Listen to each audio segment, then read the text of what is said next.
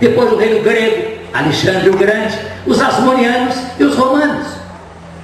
No ano 70 de nossa era, houve a invasão de Jerusalém, destruição do templo e morte de milhares de israelitas, e em tão pouco se espalhou mais uma vez. Interessante que houve um grupo de resistência lá em Massada. Quem vai a Oriente e visita Massada sabe que houve um grupo que quis permanecer fiel e não se renderam ao governo romano. Mas o governo romano, eles então, para não serem mortos pelos romanos, começaram a sortear entre eles qual seria morto. Nós vamos nos matar então. E então um matava, era sorteado, era morto, outro sorteado, e o último se matou.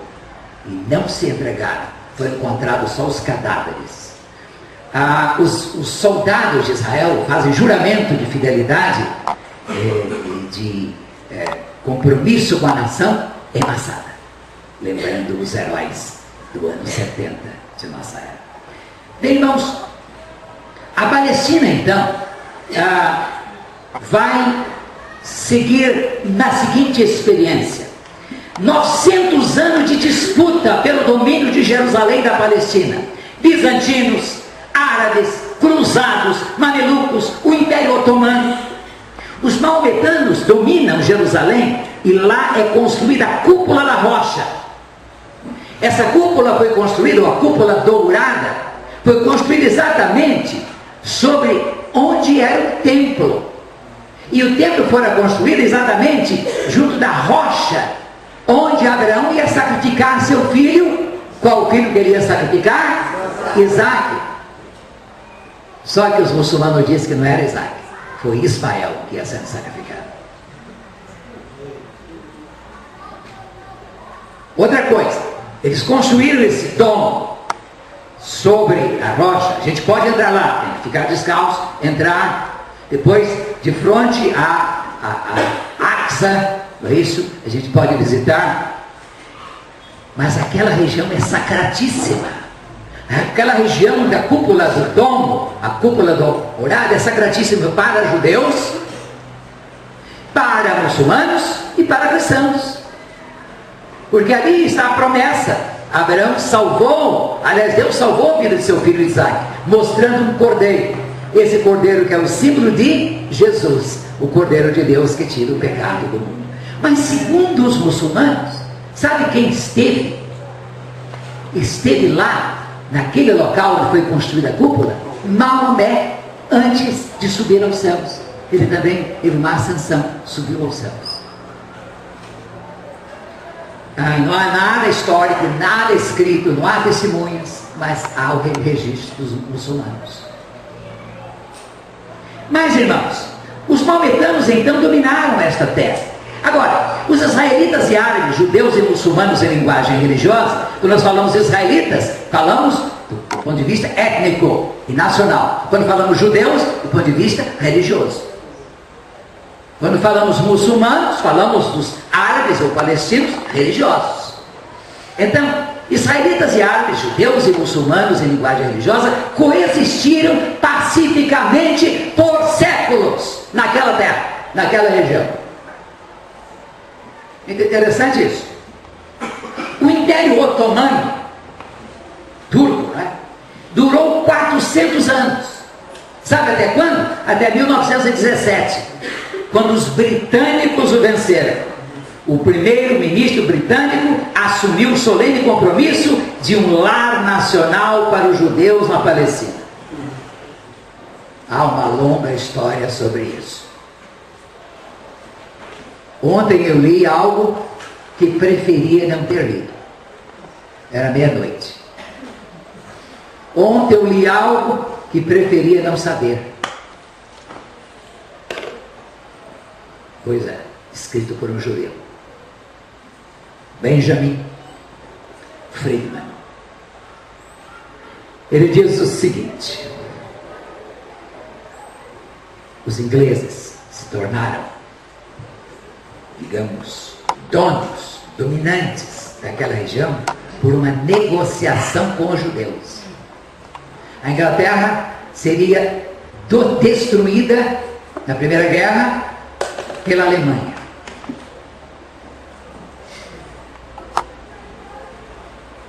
um lobby judeu entrou em contato com os líderes ingleses, o lobby especialmente dos Estados Unidos. Disseram: olha, nós conseguiremos o apoio dos Estados Unidos e da Inglaterra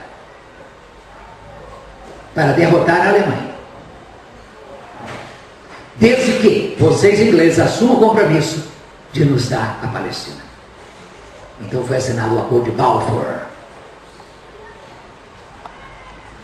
E realmente, banqueiros, negociantes, intelectuais, judeus dos Estados Unidos convenceram o governo americano a entrar na guerra. Os Estados Unidos não tinham nada a ver com a Primeira Guerra. Entraram e derrotaram a Alemanha. Ali começou um ódio do alemão pelo judeu. Eu mandei até, a irmã copiou para mim, é um texto de um autor francês que tem o seguinte título: o terço geopolítico dos protestantes americanos pró-Israel. É uma coisa terrível. Realmente, o que os protestantes fazem. Os irmãos estejam certos, vou falar em parênteses. A invasão do Iraque foi aconselhada por líderes, pastores americanos ao Bush. Você tem que matar Saddam Hussein, porque o seu pai não fez o seu serviço completo. Porque está mostrado na Bíblia que aquilo será nosso. Meus irmãos, é um perigo muito grande de nós literalizarmos a Escritura e querermos fazer toda uma doutrina, sabe, de vida e de política. Deixe que os muçulmanos façam isso. Eles transformam o Corão tanto num código político, como um código religioso, um código ético. É um negócio sério. Mas quanto a nós, precisamos ter muito cuidado. Bem, depois da Segunda Guerra Mundial e dos horrores do Holocausto, Friedman contesta a existência de 6 milhões de mortos no Holocausto. Ele diz que não havia 6 milhões de judeus na Alemanha, mas que 85% dos comunistas na Alemanha eram judeus. Não porque Marx era judeu, filho de judeu, não sei se vocês sabem. Bem, depois da Segunda Guerra Mundial e dos horrores do Holocausto, a consciência europeia e norte-americana cedeu à criação de um lugar para o refúgio dos judeus perseguidos e onde pudessem sentir-se em casa. Nasce e prospera o sentimento sionista, que é o movimento restauracionista, o movimento de voltar a Sião, de restaurar Sião. Isso se chama sionismo. E começaram as migrações dos judeus. Na verdade, as migrações começaram desde 1880, juntando-se aos judeus lá remanescentes, que eram poucos. Em 1948 é criado pela ONU o Estado de Israel, de que resultou a expulsão de 700 mil habitantes daquela região que procuraram países árabes vizinhos, e por muitos foram rejeitados. Daqui a pouco eu vou dizer a vocês quem são os palestinos. Os judeus que chegavam à Palestina passaram a viver em kibbutzim. Eram comunidades bem comunistas, bem socialistas. Quem chegasse com recurso devia entregar tudo, e a comunidade que ia administrar. Os estudantes que tivessem brilho seriam mandados para as melhores universidades do mundo. Por isso que há tantos judeus formados em Harvard. Por isso tantos prêmios Nobel.